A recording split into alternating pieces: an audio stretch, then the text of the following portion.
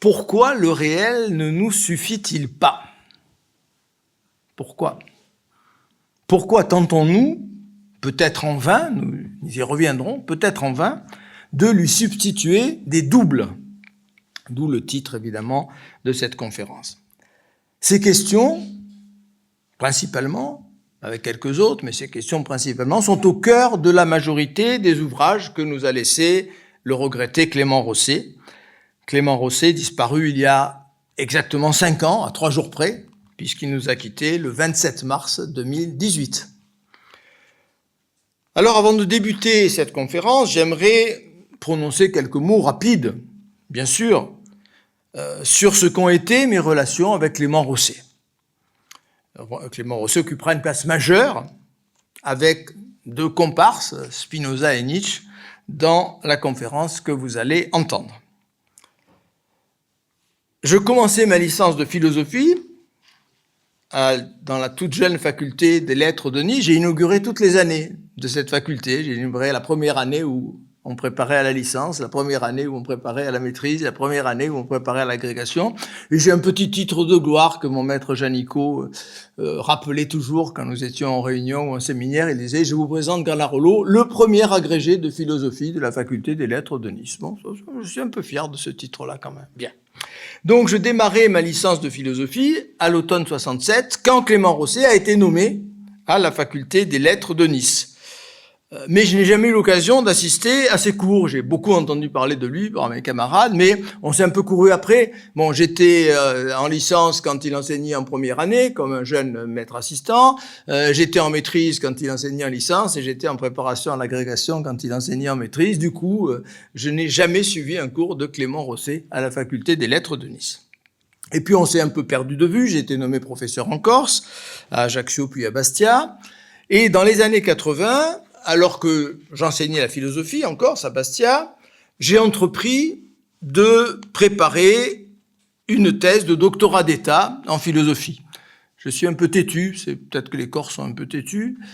J'ai appris qu'on allait supprimer le doctorat d'État. J'ai dit, on va supprimer le doctorat d'État, je m'inscris en doctorat d'État. Peut-être que j'aurais jamais fait ça si on n'avait pas supprimé le doctorat d'État. On avait encore une année pour s'inscrire.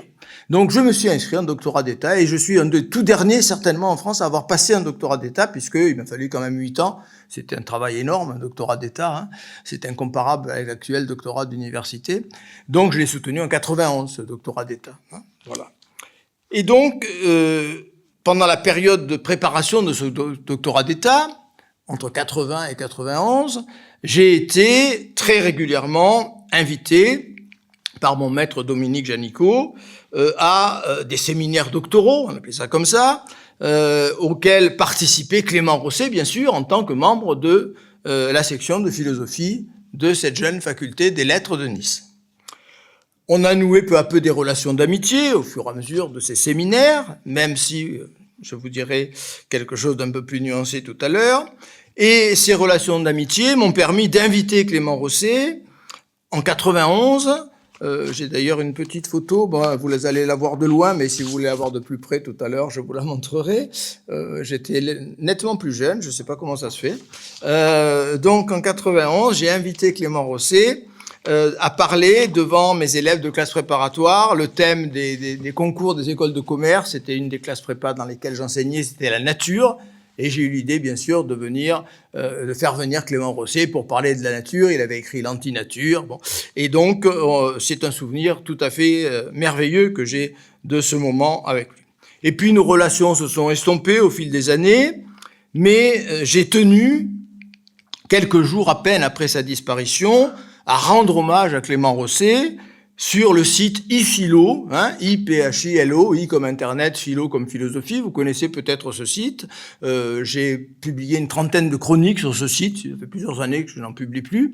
Mais à l'époque, j'en publiais encore, en 2018. Et donc, on m'avait demandé d'écrire une chronique.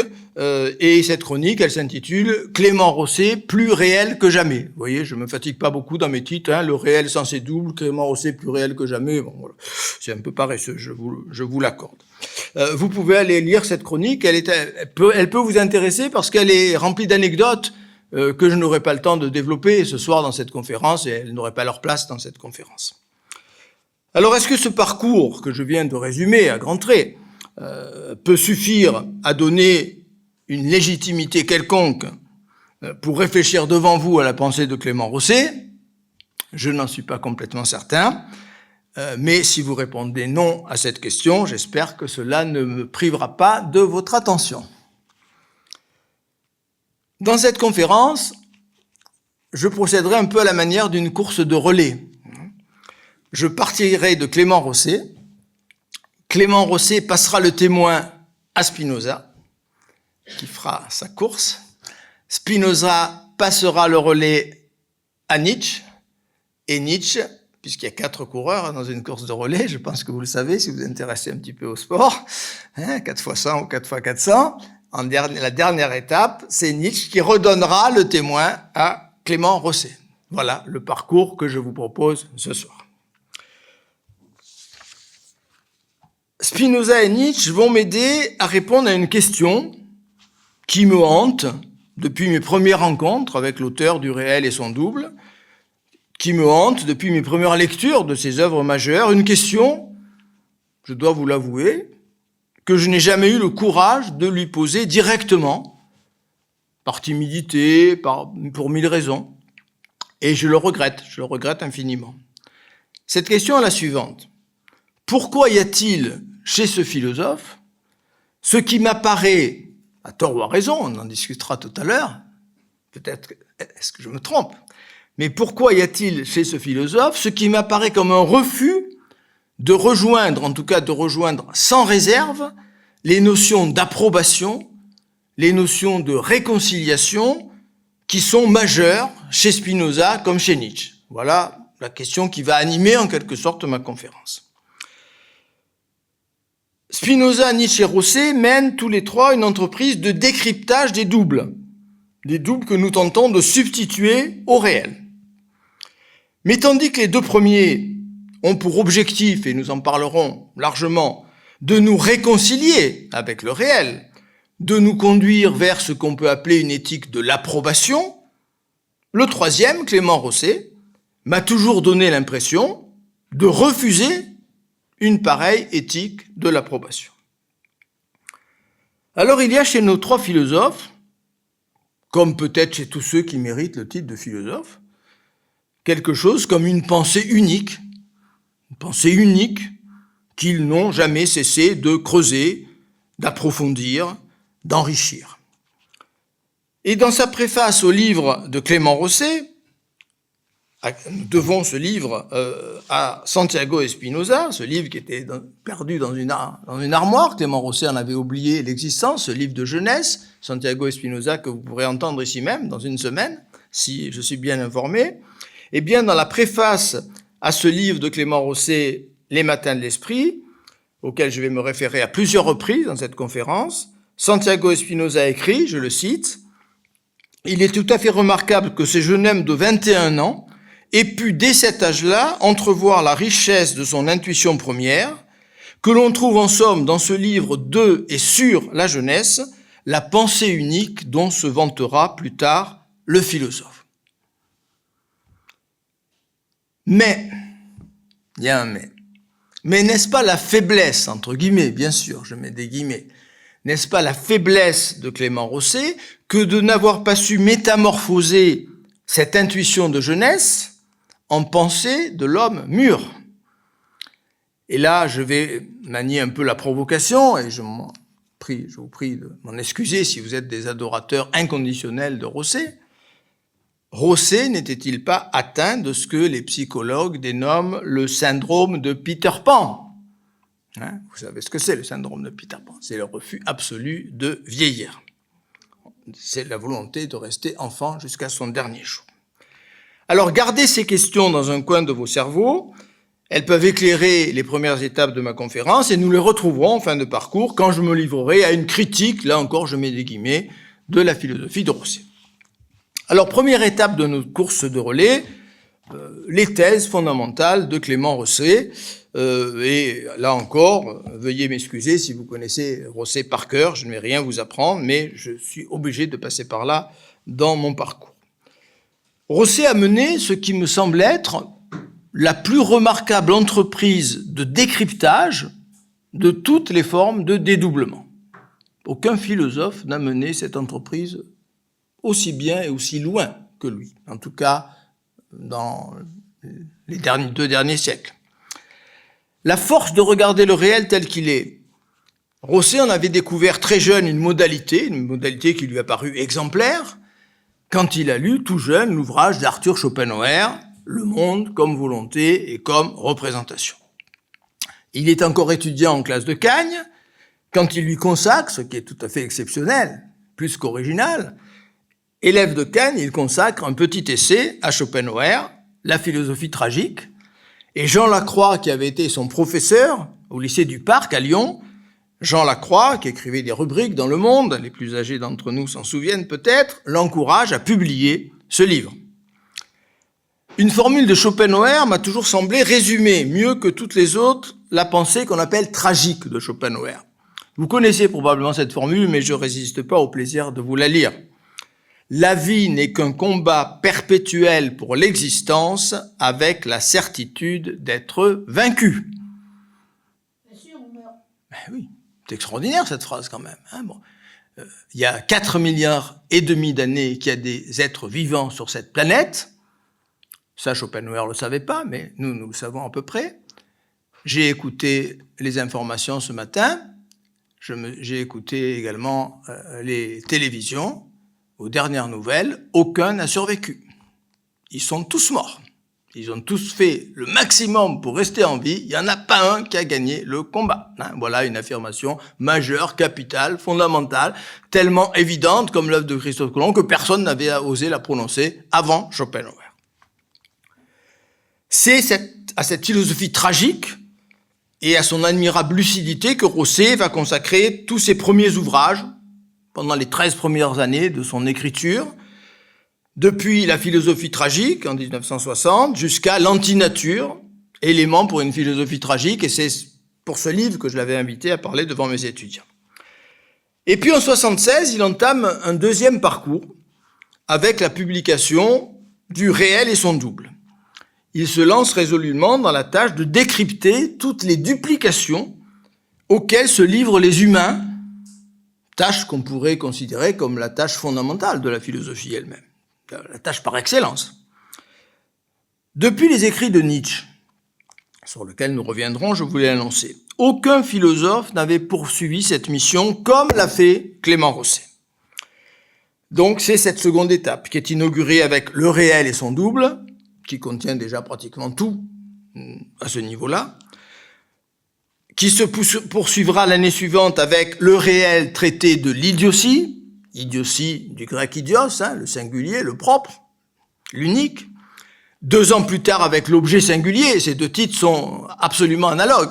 Bon, il y a un mot qui vient du latin, singulier, et un mot qui vient du grec, idiot. Bon, mais c'est exactement la même phrase. Et puis elle se prolongera, cette quête, avec le philosophe et les sortilèges en 1985, avec le démon de la tautologie en 1997, avec l'école du réel en 2008, pour ne citer que quelques-unes des étapes qui ont scandé cette grande entreprise de Clément Rosset. Qu'est-ce que la duplication ? C'est une opération qui remplace le réel par une illusion qui prend la place du réel et qui nous rassure. Une illusion rassurante.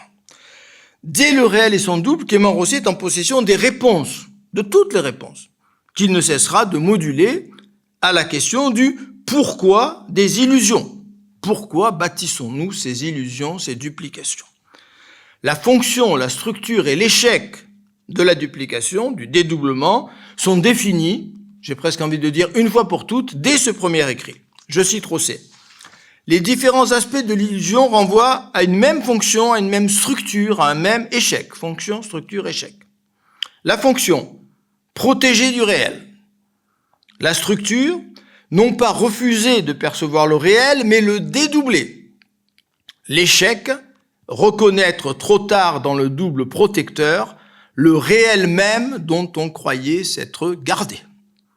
On a là un résumé parfait de tout ce que Rosset développera dans les 20 années qui suivront. Clément Rosset démonte, ou déconstruit, on dirait peut-être aujourd'hui, de façon remarquable ce qu'il dénomme l'illusion oraculaire, en analysant dans ce livre 3 légendes. La légende d'Œdipe, peut-être la plus importante, l'histoire de Sigismond, légende médiévale, et le conte arabe du vizir.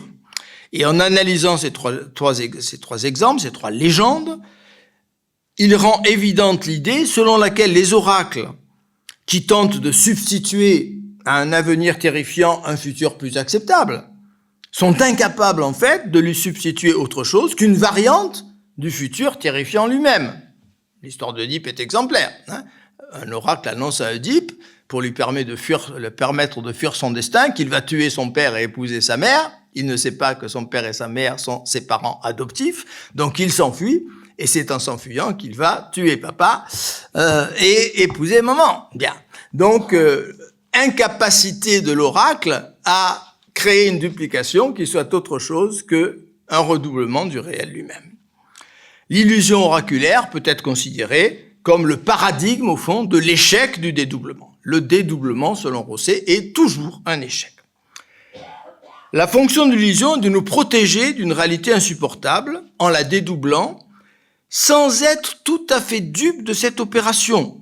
Celui qui conduit cette opération sait, alors devrais-je dire subconsciemment, inconsciemment, peu importe après tout, celui qui conduit cette opération sait qu'elle est un échec, sait qu'elle est vouée à l'échec. Cette opération est toujours un échec, je l'ai dit, parce que le double que l'on construit est incapable d'être autre chose que le réel lui-même dont on est parti. Alors ce qui est plus original peut-être dans l'intuition de Clément Rosset tient à ce qu'il prend le contre-pied d'une certitude qui semble indéracinable, vieille comme le monde, si j'ose dire. Une certitude qui est née dans les sociétés archaïques et avec laquelle les sociétés développées n'ont pas su rompre, ou très peu. Depuis la nuit des temps, dans toutes les sociétés, il semble aller de soi que l'âge de la lucidité, c'est l'âge mûr, voire la vieillesse, sage vieillard, tandis que la jeunesse, c'est le temps des illusions. Eh bien, les matins de l'esprit, ce manuscrit qui a traîné au fond d'une armoire et que Clément Rosset avait fini par oublier, ce manuscrit édité en 2021 aux Belles Lettres grâce à Santiago Espinosa, que vous pourrez écouter ici même, et qui a pris la responsabilité de le publier, contient tous les éléments sur cette thématique. Cet opuscule qui est écrit à l'âge de 21 ans est bien, comme l'affirme Espinosa dans sa préface, un livre de et sur la jeunesse. De et sur la jeunesse. Rosset y définit en ces termes ce qu'il appelle la vertu de jeunesse. Je cite, « Nous définirions volontiers dans ce sens la vertu de jeunesse comme une remarquable capacité de regard, les yeux ouverts sur le monde, le refus de toute interprétation qui viendrait arranger les choses, de toute illusion pour adoucir les reliefs du tragique lui appartiennent en propre. » Fin de citation. La jeunesse serait donc, selon le jeune Clément Rosset, mais il n'a pas changé d'avis à aucun moment sur ce point, la jeunesse serait l'âge du refus des illusions. La jeunesse serait l'âge du non-dédoublement. Et l'on comprend, en lisant ces formules des matins de l'esprit, en quoi la philosophie tragique, et au premier chef celle de Schopenhauer, a pu séduire le jeune Clément Rosset. Un pas suffirait pour que l'on qualifie de discours de vieillard toute la métaphysique occidentale. Rosset ne franchit pas ce pas, ou alors entre les lignes.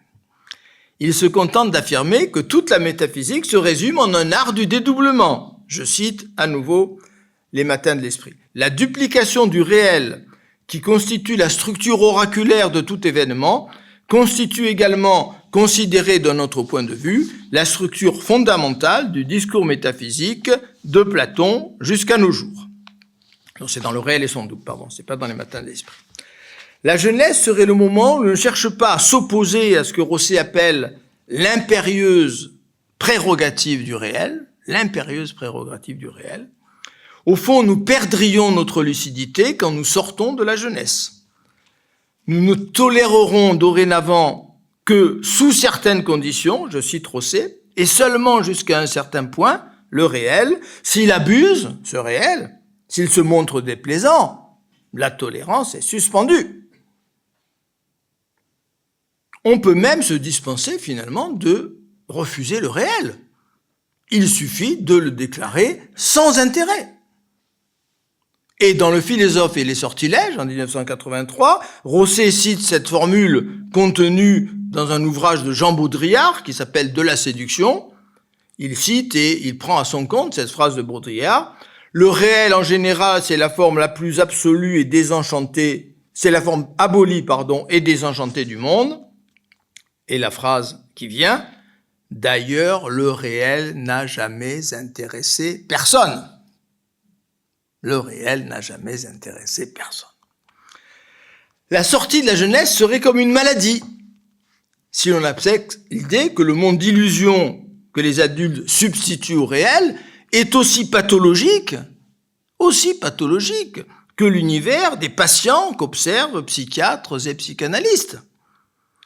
Ceux qui éprouvent le besoin, et c'est tout à fait légitime, de recourir à un thérapeute, sont peut-être moins malades que les individus qui n'éprouvent pas le besoin de recourir à une psychothérapie. Et je ne voudrais pas vous inquiéter en disant cela.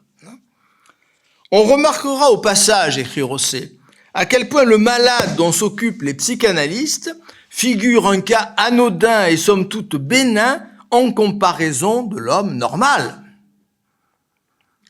Alors, est-ce que Clément Rosset connaissait, je pense qu'il devait le connaître, le livre de l'italien Silvio Fanti, intitulé « Le fou est normal », publié pour la première fois en langue italienne en 1956, traduit dans le monde entier, best-seller dans les années 60.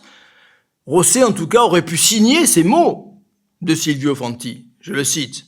« Les hommes vivent de façon si flagrante dans un état de démence qu'ils ne s'en aperçoivent plus. » Ainsi, la jeunesse répondrait bien mieux que l'âge adulte à la question « Qui est fou ?» Elle détecterait la vraie folie dans la volonté irrationnelle de voir de la rationalité là où l'absurde règne. Qui alors sera fou, demande l'auteur des Matins de l'Esprit, ce texte de jeunesse. Qui sera le fou de celui qui maintient une vision rationnelle dans un monde irrationnel, ou de celui qui, face à l'absurde, pense l'absurde? Je regrette d'avoir découvert aussi tard, mais je ne pouvais pas le découvrir avant, les Matins de l'Esprit, parce que j'ai énoncé devant mes étudiants des phrases absolument similaires pendant des dizaines d'années, sans savoir que Rosset avait écrit exactement la même chose. À l'opposé de tous les dénis des adultes, la jeunesse adhérait spontanément à une vision tragique, celle à laquelle Clément Rosset avait consacré ses premiers livres, ses premiers écrits. Ne pas recourir au dédoublement, c'est regarder en toute lucidité un monde qui nous semble absurde. Pourquoi absurde? Parce qu'il est en deçà de toute justification, en deçà de toute signification. Un monde qui n'a pas besoin de nos justifications, qui se moque de toutes nos tentatives de signification. Et une nouvelle fois, c'est dans cet opuscule Les Matins de l'Esprit que Clément Rosset est parvenu, me semble-t-il, à la meilleure définition de l'absurde, qui est l'autre nom du tragique. Je ne pense pas qu'il nous en ait proposé une meilleure dans tous les ouvrages qui ont suivi. Je cite, « Si le monde paraît absurde, c'est parce que nous ne découvrons pas l'harmonie, tout en restant persuadés que c'est l'harmonie qui doit être la quête, la fin de l'homme par excellence. La tragédie nous enseigne le contraire. Pour elle, un monde de paix, de solution, un monde où ne l'emporte pas définitivement le désaccord, est un monde mort. » Je relis ces derniers mots. Un monde de paix, de solution, un monde où ne l'emporte pas définitivement le désaccord est un monde de mort. Alors nous verrons mieux, en conclusion de cette conférence, ce qui n'est que sous-jacent ici, à savoir qu'il convient pour Rosset d'accepter définitivement le désaccord. Il convient pour Rosset de renoncer pour toujours à l'harmonie, définitivement. Il nous faudra alors interroger les raisons de ce refus de la réconciliation, dont je vais montrer à présent qu'elle est au cœur des philosophies de Spinoza et de Nietzsche. Je sollicite une faveur de votre part, celle de m'autoriser à utiliser ponctuellement la langue de Clément Rosset pour exposer les thèses de Spinoza et de Nietzsche. C'est un artifice, j'en conviens, mais qui donne un peu d'unité à mon propos et qui m'est apparu comme le meilleur moyen de rendre plus clair, dans la dernière partie de ma conférence, la critique, entre guillemets, de la philosophie de Rosset. Donc, Rosset passe le relais, le témoin, à Spinoza. Seconde étape. Spinoza est le plus grand théoricien du jugement, le plus grand analyste des présupposés de l'acte de juger qu'on ait jamais connu en philosophie. C'est par le biais d'une théorie du jugement, 3 siècles avant Clément Rosset, que Spinoza dénonce notre rejet du réel. Alors pour comprendre les thèses de Spinoza, je vais partir d'un exemple simple. J'espère que vous ne le trouverez pas simpliste. Je partirai d'un exemple simple emprunté à la vie quotidienne. Je précise, c'est important, pour ceux qui me connaissent dans la salle, que c'est un exemple imaginaire. Imaginons que ce matin au réveil, alors que je me réveillais de très bonne humeur, j'ai subi l'agressivité de mon épouse qui avait mal dormi. Et imaginons que je me sois adressé à mon épouse en ces termes. « Tu n'aurais pas dû me parler sur ce ton. Je m'étais réveillé de bonne humeur.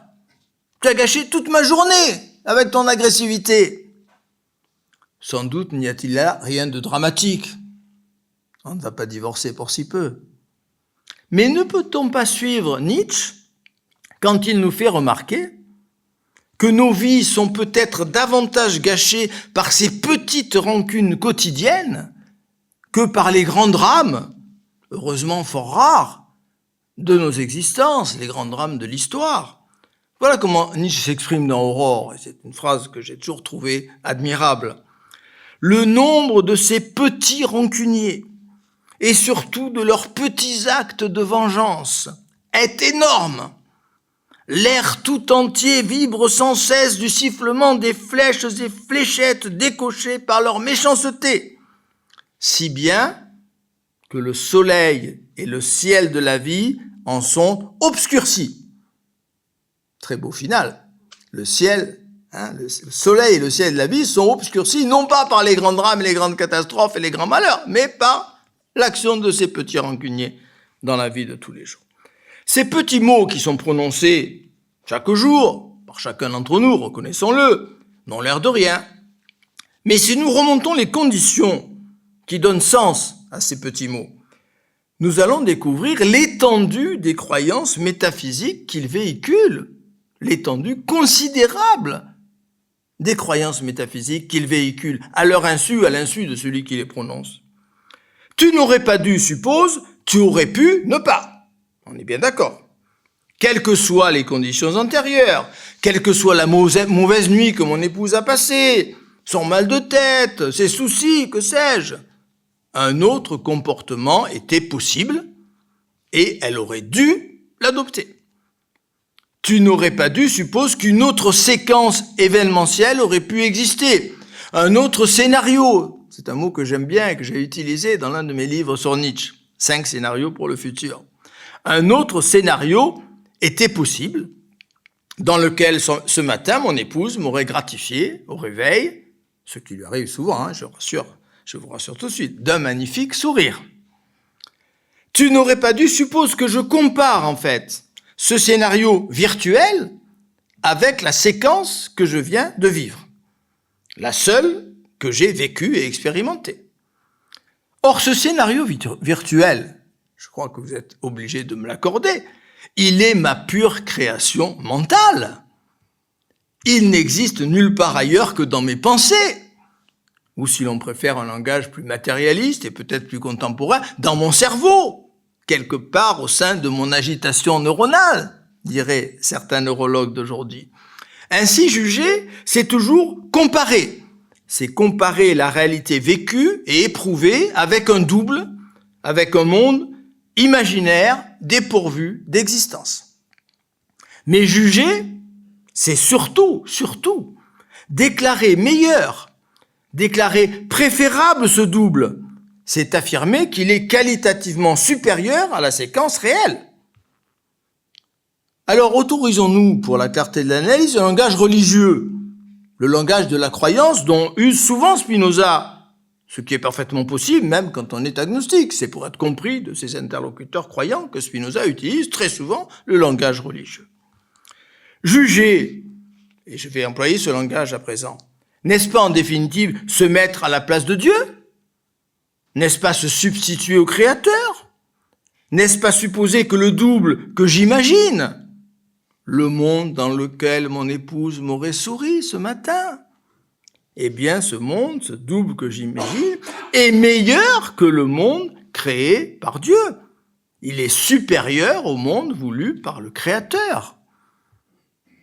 N'y a-t-il pas là, si l'on y réfléchit, un orgueil incommensurable? Une mégalomanie pathologique? Nous retrouvons ici l'idée selon laquelle l'homme normal est plus fou que le fou. Alors ce petit exercice intellectuel auquel je viens de me livrer à propos d'une minuscule parole de la vie quotidienne, Spinoza l'entreprend par rapport à une question théologique majeure, parce que Spinoza est beaucoup plus sérieux que Granarolo, bien entendu. Bon. Donc il l'entreprend par rapport à une question théologique majeure et importante à son époque, la question du péché originel. Comme je viens de le faire, il met à jour tous les présupposés contenus dans la notion de péché. Que voulons-nous dire quand nous affirmons qu'Adam a accompli une faute, et même une faute majeure, une faute à ce point considérable que le sort de toute sa descendance, de l'humanité tout entière, en a été affecté? Que voulons-nous dire si nous sommes sérieux avec les mots que nous employons? Alors pour répondre à cette question, je m'appuierai sur deux superbes lettres que je prendrai en sens chronologique inversé, la lettre 21 et la lettre 19, vous les trouvez en collection de poche. J'ai toujours considéré, en ce qui me concerne, que c'était peut-être parmi les plus beaux textes jamais écrits par un philosophe. Je vous recommande de lire et de relire les lettres 19 et 21 de Spinoza. Ce sont des chefs-d'œuvre absolus. Je vais commencer par la lettre 21, comme je viens de le dire. Je cite. « La privation n'est pas l'acte de priver, mais purement et simplement l'absence ou le manque d'une certaine chose. Autrement dit, elle n'est rien par elle-même. Ce n'est qu'un être de raison, une manière de penser que nous formons quand nous comparons les choses entre elles. » Vous voyez, tous les éléments que je viens d'indiquer sont présents.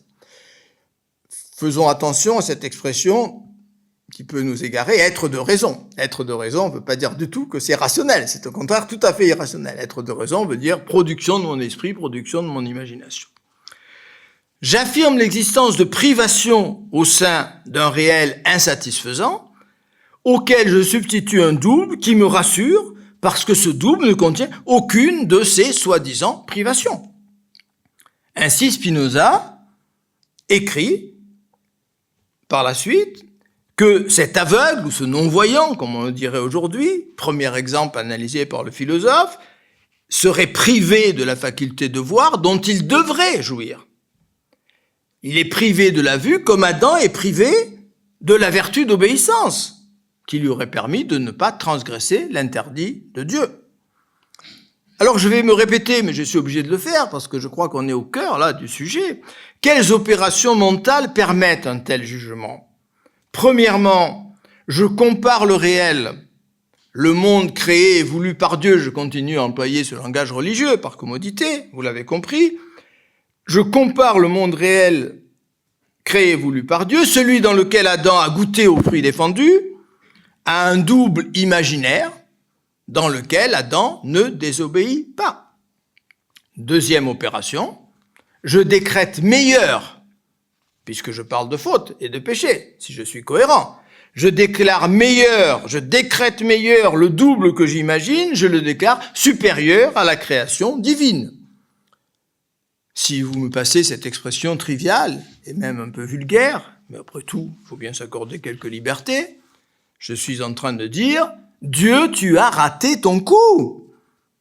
À ta place, j'aurais créé un Adam obéissant. Est-ce que le vrai péché n'est pas d'avoir inventé la fiction du péché ? Invention résultant de l'orgueil qui m'amène à croire que les produits de mon imagination sont supérieurs à la réalité.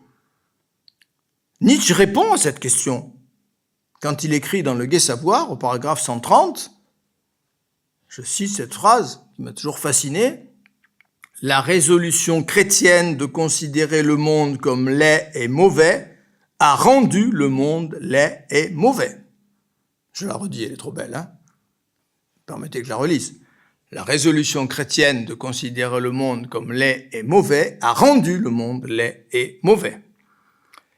De surcroît, on notera que je suis particulièrement inconséquent et irresponsable dans ce jugement. Car enfin, je dois mon existence à la faute d'Adam, puisque je ne serais jamais venu au monde, vous non plus, sans le péché d'Adam. C'est le péché d'Adam qui a entraîné la sortie de l'Éden, qui a entraîné toute la descendance adamique qui s'en est suivie, et nous en sommes les derniers rejetons, en espérant qu'il y en aura d'autres encore après nous. Mais vu la façon dont nous saccageons la planète, c'est pas tout à fait certain. Je déclare donc meilleur un monde dans lequel je n'existe pas. C'est troublant, non? Et en conséquence, je me montre totalement dépourvu de l'amour de soi, que Rousseau considérait, à juste titre sans doute, comme une vertu naturelle, fondamentale des êtres vivants. Préférer une séquence imaginaire dans laquelle je ne suis pas venu au monde réel qui a permis ma naissance, n'est-ce pas l'effet d'une pulsion suicidaire? Je vous pose la question. Alors poursuivons avec la lettre 19 en rebroussant le temps. Mais je pense que effectivement, c'est dans ce sens qu'il faut aller. La lettre 19 éclaire, la 21 éclaire la 19. Nous ne pouvons concevoir, je cite Spinoza, dans aucun objet aucune imperfection, sinon quand nous le comparons à quelque autre ayant plus de réalité. Par suite, nous ne pouvons trouver aucune imperfection dans la décision prise par Adam, aussi longtemps que nous la considérons en elle-même, sans la comparer à d'autres décisions plus parfaites et témoignant d'un état plus parfait. Admettre que quelque chose puisse arriver contre la volonté de Dieu, outre que ce serait attribuer à Dieu une grande imperfection, cela est en contradiction absolue avec la nature de la volonté divine. Autrement dit, Dieu étant omniscient et omnipotent, ce sont les deux qualités que tous les théologiens lui ont accordées, sans exception. Dieu étant omniscient et omnipotent, parler de péché revient à rendre Dieu responsable d'une insuffisance de la réalité. Il a voulu ce monde dans lequel Adam accomplit la faute. Les actes que nous commettons sont fonction de notre essence. Alors ce mot ne doit pas effrayer les non-philosophes. L'essence, c'est simplement un mot technique qui signifie que nous venons au monde avec des caractéristiques uniques qui font de nous des individus, tous différents les uns des autres, des êtres singuliers, des idiots. Et je ne vous fais pas injure en disant cela, au sens de Clément Rosset. Essence et perfection, c'est tout un, résume Spinoza, dans une de ses plus belles formules. Essence et perfection, c'est tout un. Dire qu'Adam a péché, c'est donc reprocher à Dieu de l'avoir doté des caractéristiques en fonction desquelles il a accompli son acte, puisqu'il a accompli son acte en fonction de son essence et de sa nature. Parler de péché, c'est donc reprocher à Dieu d'avoir créé l'Adam qu'il a créé, au lieu d'avoir créé un autre Adam, un Adam non pécheur. Or, cet Adam non pécheur, c'est un Adam que j'imagine de toutes pièces, en me mettant à la place du Créateur. Et là encore, en supposant meilleure ma propre création que la création divine. Je suis supérieur à Dieu, puisque j'oppose à la création déficiente voulue par Dieu, une création meilleure dans laquelle la faute ne se produit pas. En fait, la plupart du temps, les choses sont un petit peu plus complexes. Nous ne comparons pas seulement un être réel avec un X imaginaire. Nous comparons un être réel avec une généralité tout aussi imaginaire. Voilà comment se poursuit la lettre 19. Il est certain qu'une privation n'est rien de positif.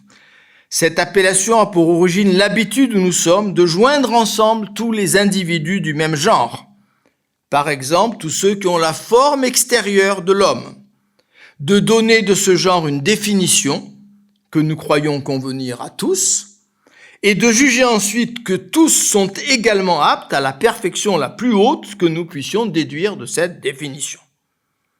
D'où cette conséquence manifeste que la privation dont nous parlions tout à l'heure n'existe que pour notre entendement et non au regard de Dieu. Le mode de fonctionnement de nos comparaisons passe par les idées générales. Par l'habitude, je recite Spinoza, où nous sommes de joindre ensemble tous les individus du même genre. Quand nous croyons repérer, percevoir un manque, une privation, que faisons-nous? Nous comparons un individu réel à une idée, c'est-à-dire en réalité, on le sait au moins depuis Aristote, à un mot. À un mot. Les mots sont bien entendu nécessaires, il ne s'agit pas de le contester. Et comment un philosophe pourrait-il dire que les mots sont inutiles? Il serait dans l'obligation absolue de se taire définitivement. Les mots sont nécessaires pour nous orienter au sein de la réalité, mais les mots sont aussi, il ne faut jamais l'oublier, des pièges intellectuels redoutables qui pervertissent notre perception. Seuls les individus existent, seuls les idiots existent. Les idées générales ne sont rien d'autre que des abstractions commodes, sans doute intellectuellement nécessaires, dont nous ne devons jamais perdre de vue l'irréalité, la non-réalité. L'homme n'existe pas. Vous et moi, nous existons. Alors laissez-moi revenir pour conclure cette seconde étape de mon propos à mon point de départ. Ce matin, en disant à mon épouse qu'elle n'aurait pas dû me parler sur ce ton, qu'ai-je fait? J'ai pris la place de Dieu. J'ai reproché à Dieu d'avoir créé mon épouse, cette femme dont il a conçu l'essence, c'est-à-dire l'ensemble des propriétés, et dont il a voulu l'existence avec toutes ses propriétés. En éprouvant de la rancune à l'égard de mon épouse, rancune qui découle uniquement de la croyance selon laquelle elle aurait pu se comporter différemment, j'ajoute à un ressenti désagréable. Il ne s'agit pas de nier ce ressenti désagréable, j'aurais préféré qu'elle me fasse un grand sourire. Mais j'ajoute en fait à un ressenti désagréable un surcroît de souffrance, un surcroît tout à fait inutile de souffrance. Et donc je conclus en résumant ce que je crois avoir compris de Spinoza, il n'y a ni péché, ni faute, ni imperfection. Il n'y a qu'un monde, le réel auquel j'appartiens, celui dont je suis partie prenante, celui auquel je dois sans cesse me relier par toutes les fibres de mon corps et de mon intelligence, mais aussi, ce qui est peut-être plus difficile, par toutes les fibres de ma sensibilité. Œuvrer de tout notre être, à cette liaison, c'est le programme ambitieux que Nietzsche, dont nous allons maintenant examiner les thèses, a placé au cœur de sa philosophie. Donc, troisième relais, Spinoza passe le témoin à Friedrich Nietzsche. Nietzsche, philosophe de l'approbation. Quand Nietzsche découvre tardivement Spinoza, il le découvre en 1881, il a publié La naissance de la tragédie 10 ans plus tôt, en 1872, il éprouve une des plus grandes émotions intellectuelles de toute son existence. En témoigne une lettre admirable qui m'a mis les larmes aux yeux, mais je suis un peu sensible quand on parle de Nietzsche, je vous l'accorde. Une lettre admirable à son ami Overbeck, le 30 juillet 1881, comme par hasard, quelques jours à peine avant la vision du retour éternel au bord du lac de Silvaplana, en Engadine. Il écrit à son ami Overbeck « Je suis tout surpris, je suis tout à fait enchanté, j'ai un précurseur. Et quel précurseur ?» Il s'agit de Spinoza. Ce qui pourrait donner l'impression d'un désaccord entre les deux philosophies tient, je cite Nietzsche, à la différence des époques, de culture, de sciences. Malgré le langage théologique de Spinoza, Nietzsche repère avec finesse la proximité de la pensée spinoziste avec sa propre philosophie. Il écrit à son fidèle ami Overbeck que c'en est fini de sa solitude, cette solitude dont il a tant souffert. Il a dorénavant un frère, et il le dit, noir sur blanc, un compagnon de route. De façon très elliptique, il énumère 3 points de convergence. Si ça vous intéresse, je pourrais vous lire un extrait plus long de cette lettre tout à l'heure, dans le débat. Il énumère 3 points de convergence entre la philosophie de Spinoza et la sienne. Mais le point le plus important, celui qui le fascine, tient à la négation par Spinoza de la structure morale du monde. Ce sont les mots de Nietzsche. Alors qu'entendre par là? La structure morale du monde. Nous sommes quelques-uns parmi les commentateurs de Nietzsche à penser que l'une des découvertes majeures du philosophe, c'est la notion de ressentiment. Tous les Nietzschéens ne pensent pas cela, mais on est quelques-uns à le penser, et moi je le pense depuis très longtemps. Le ressentiment est en un sens analogue au jugement dont Spinoza a construit la théorie, et dont j'ai parlé dans la partie précédente de ma conférence. Mais à la différence de Spinoza, Nietzsche se situe en deçà de l'intellect, en deçà des mots, pourrait-on dire, dans ce qu'il dénomme parfois le goût, der Geschmack en allemand. Il situe en deçà de l'intellect les opérations qui alimentent le ressentiment et qui aboutissent au jugement moral. On pourrait éventuellement, pourquoi pas, recourir à la notion chère aux phénoménologues de domaine antéprédicatif, tout ce qui précède l'énonciation et le jugement et les mots. Avant même de s'exprimer dans des formules qui condamnent le réel, le ressentiment rejette, presque au niveau d'un goût, ce réel, au nom des fictions vengeresses bâties par un imaginaire fantasmagorique. Alors il a fallu du temps à Nietzsche pour identifier la véritable source, la source profonde, ultime du ressentiment. Cette source, elle est affichée pour la première fois dans le Zarathustra. Elle est affichée au cœur d'un des paragraphes les plus admirables et les plus décisifs de l'ouvrage, à la fin du livre 2, de la rédemption, Erlösung en allemand, de la rédemption. Ce ressentiment qui a pour autre nom l'esprit de vengeance, il a une source unique. Cette source unique, qu'est-elle? C'est notre incapacité à faire que ce qui a été n'ait pas été. Dans la langue de Clément Rosset, on pourrait dire que la source du ressentiment réside dans notre incapacité à construire un double qui soit autre chose que le réel lui-même dont on est parti. Ou encore, afin de relier l'argumentaire nietzschéen à la théorie spinoziste du jugement, que j'ai évoqué tout à l'heure, on pourrait situer cette source dans notre incapacité à substituer au réel un autre scénario. Je cite quelques mots de ce texte de la rédemption.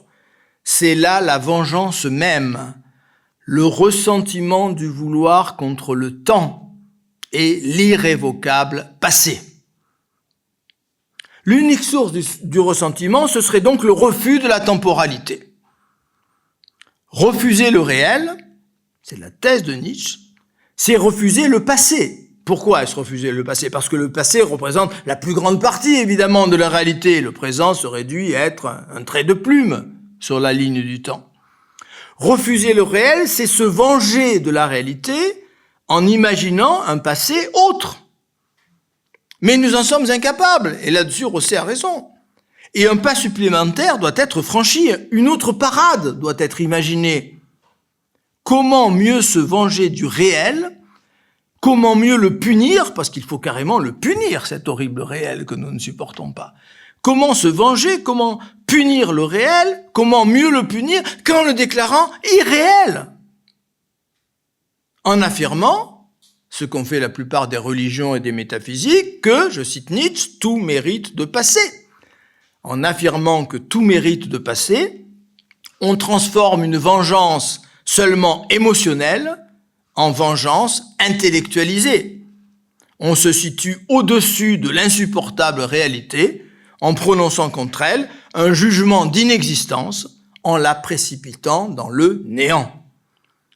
Alors, pour surmonter l'esprit de vengeance, il ne suffit pas de se réconcilier avec le temps. Et c'est ce que Nietzsche écrit, et c'est ce qui est troublant pour nous. Il faut viser, je le cite, une chose plus haute que toute réconciliation. Et là, le programme est tellement ambitieux, évidemment, que Nietzsche nous terrorise quelque peu. Cette chose plus haute que toute réconciliation, qui est promise, mais qui n'est pas nommée à la fin du livre 2, dans De la rédemption. Elle n'apparaît qu'au second paragraphe du livre 3 du Zarathustra, dans le texte le plus énigmatique, d'ailleurs le mot énigme est dans le titre, dans le second paragraphe du livre 3, de la vision et de l'énigme. Texte que je relis depuis 40 ans, sans être sûr de l'avoir entièrement compris. Cette chose difficile à nommer, cette chose peut-être impossible à penser, elle a un nom, elle s'appelle retour éternel. Alors vous me pardonnerez de rester silencieux à propos du retour éternel. Si on m'invite à revenir vous en parler, je le ferai très volontiers. J'ai consacré en 1993 mon premier ouvrage, mon tout premier ouvrage, pas seulement mon premier ouvrage sur Nietzsche, c'est le premier livre que j'ai publié aux éditions Vrin sur la philosophie nietzschéenne au retour éternel.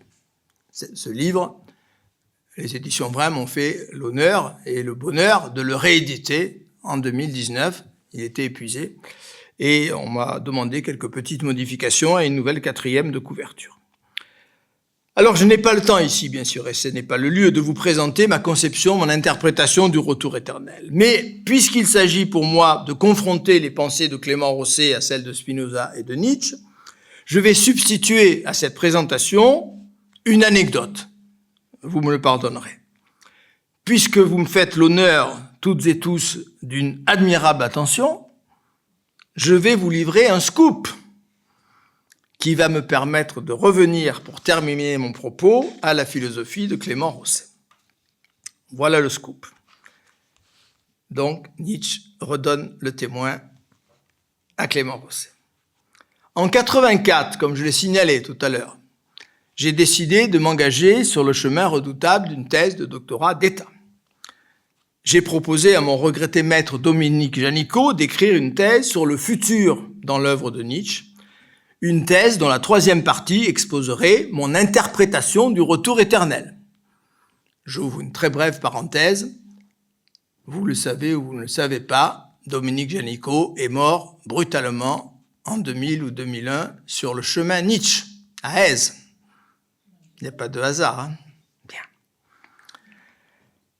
Donc, dans cette thèse, il s'agissait de consacrer la 3e partie de cette thèse à mon interprétation du retour éternel.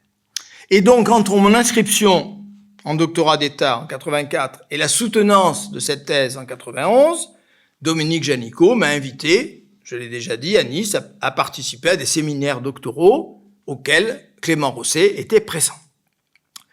Et donc, j'ai été convié à de nombreuses reprises à exposer aux participants à ces séminaires l'avancement de mes travaux, l'avancement de mes recherches, de ma thèse. Et cela m'a amené à affirmer à plusieurs reprises l'importance cruciale, selon moi, de la thèse du retour éternel chez Nietzsche. Mais chaque fois qu'il en a été ainsi, je me suis heurté à l'incompréhension, parfois même à l'ironie un peu grinçante de Clément Rosset, qui ne partageait en aucune façon ma perception. Clément Rosset allait jusqu'à affirmer que l'idée du retour éternel n'apparaissait pour ainsi dire jamais dans les écrits de Nietzsche. Il y a 2 ou 3 petits paragraphes, mais enfin, tout à fait inessentiels. Mon amitié, mon admiration pour Rosset ne m'ont jamais permis de lui faire publiquement la réponse que je vais esquisser devant vous. Donc c'est un dialogue posthume avec Clément Rosset que je commence à présent. J'espère qu'il m'entend.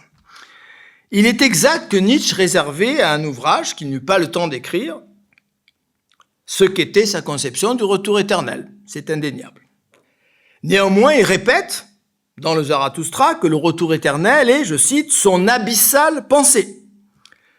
La plus grande partie des cahiers non publiés entre le printemps, l'été et l'automne 1881, la plus grande partie de ces cahiers, dont nous avons la chance de connaître aujourd'hui, qui sont édités, traduits en français, chez Gallimard, la plus grande partie de ces cahiers est consacrée au retour éternel.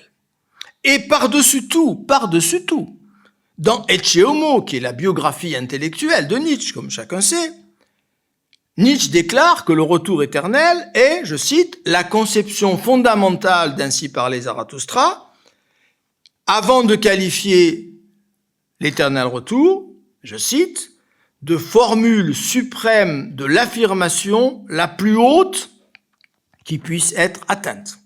formule d'affirmation la plus haute qui puisse être atteinte.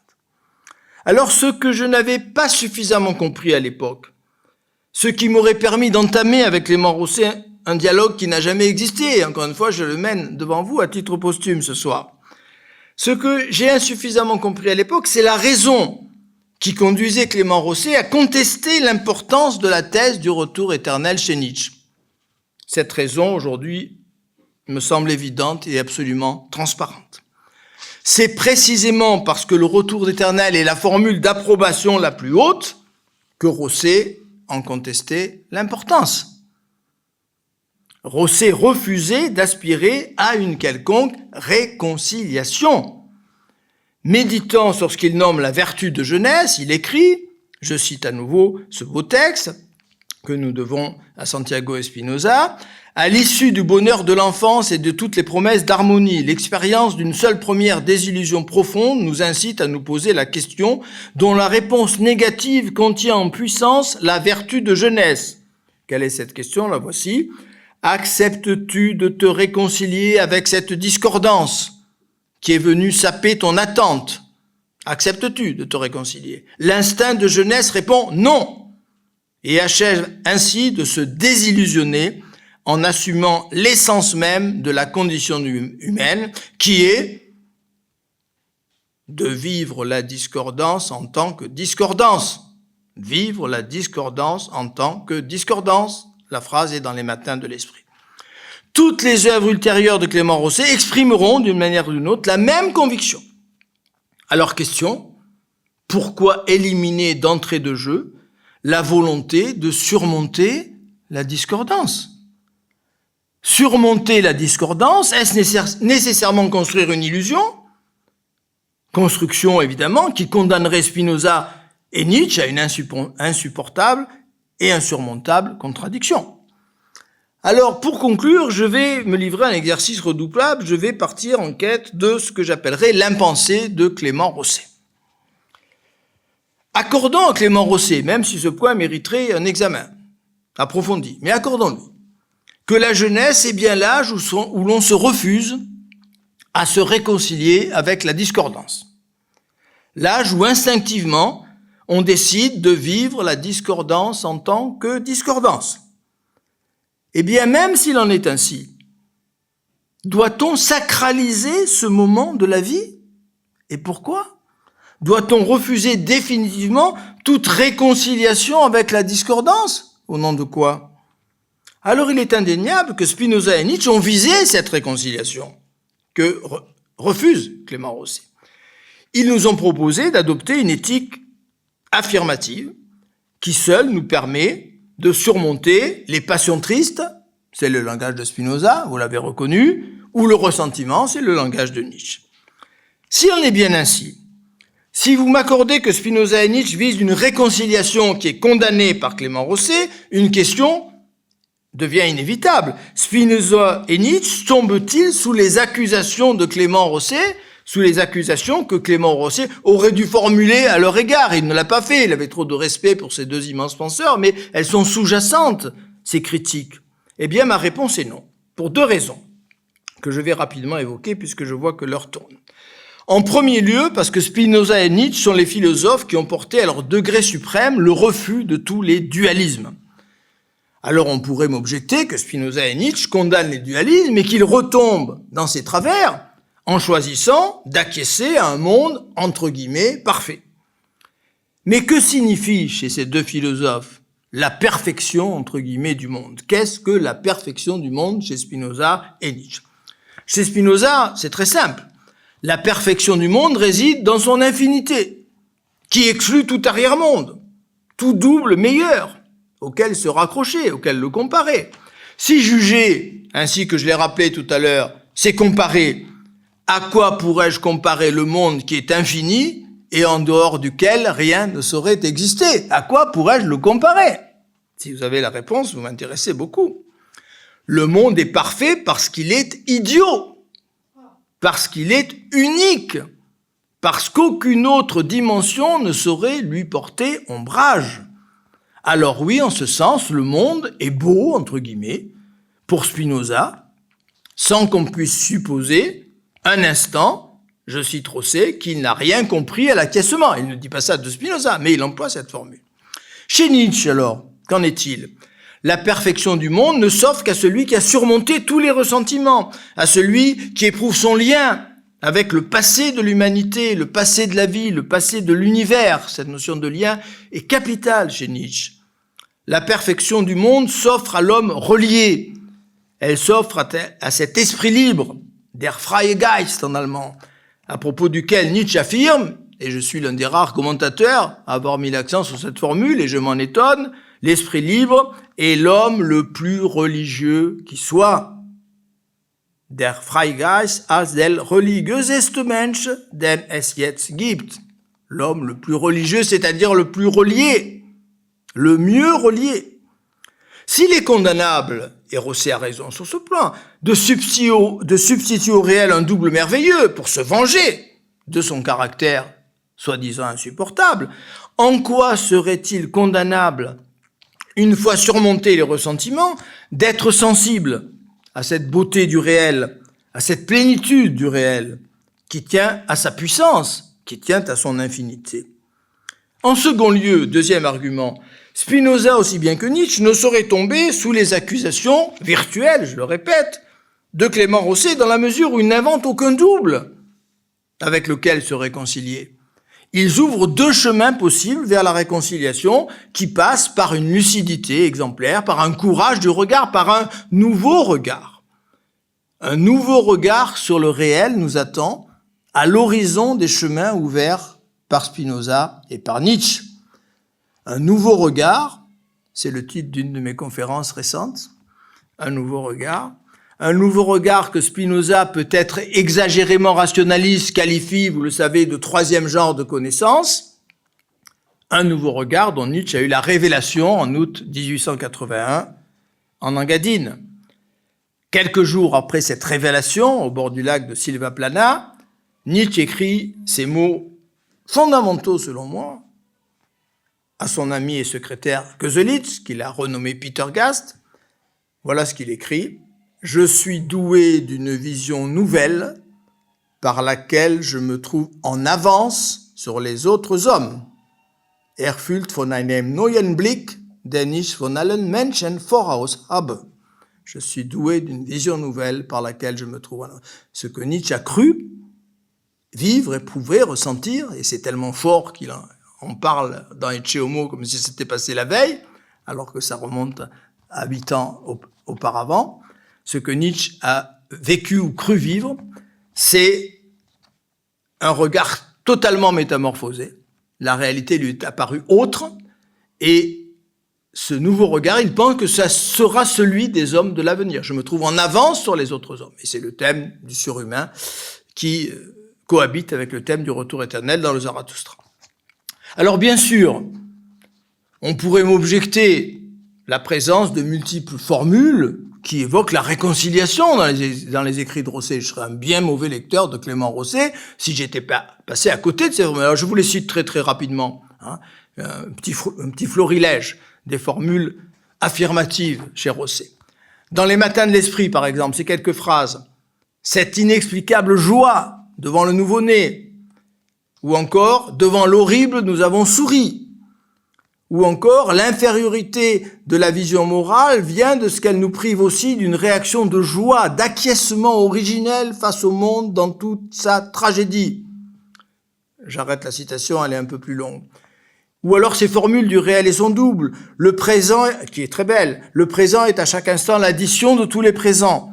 Cette expression de présent devant s'entendre ici dans son double sens de don de l'instant, don de ce présent-ci, et d'offrande absolue, don de tout présent, c'est-à-dire de toute durée.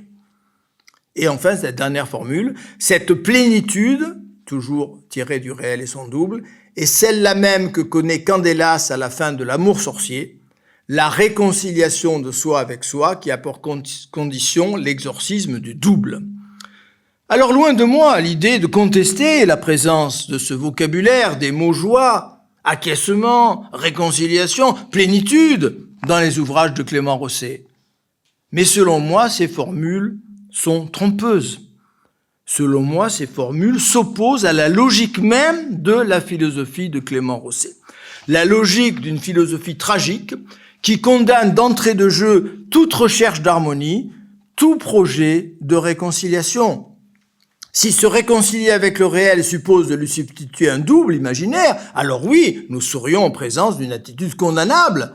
Et Spinoza et Nietzsche mériteraient les foudres de Clément Rosset. Mais si se réconcilier avec le réel, c'est au terme d'une démarche qui nous a permis de nous défaire des arrière-mondes, qui nous a permis de nous guérir de tous les ressentiments, si c'est éprouver la plénitude du réel, si c'est se nourrir de sa perfection, alors la pensée de Clément Rosset m'apparaît très éloignée de celle de Spinoza et de Nietzsche, dont il se réclame pourtant. Comme j'en ai émis l'hypothèse en introduction, Clément Rosset, selon moi, n'a jamais voulu rompre avec la vertu de jeunesse, qui se manifeste, suivant les mots déjà cités, et je les cite à nouveau, par le refus de toute interprétation qui viendrait arranger les choses, de toute illusion pour adoucir les reliefs du tragique. Alors bien entendu, et comment le contester, c'était sa liberté de philosophe que de faire ce choix, sa liberté incontestable, comme toute option philosophique. En aucun cas, je ne dénoncerai cette option chez Clément Rosset. Et donc, et ce sera mes derniers mots avant d'échanger avec vous, si vous êtes tenté par un choix identique, si vous ne voulez pas quitter la vertu de jeunesse, lisez et relisez Clément Rosset. Mais si vous préférez une pensée que j'appellerais, faute de mieux, plus adulte, je vous conseillerais plutôt de vous plonger dans les merveilleux ouvrages de Baruch Spinoza et de Friedrich Nietzsche. Merci de m'avoir écouté.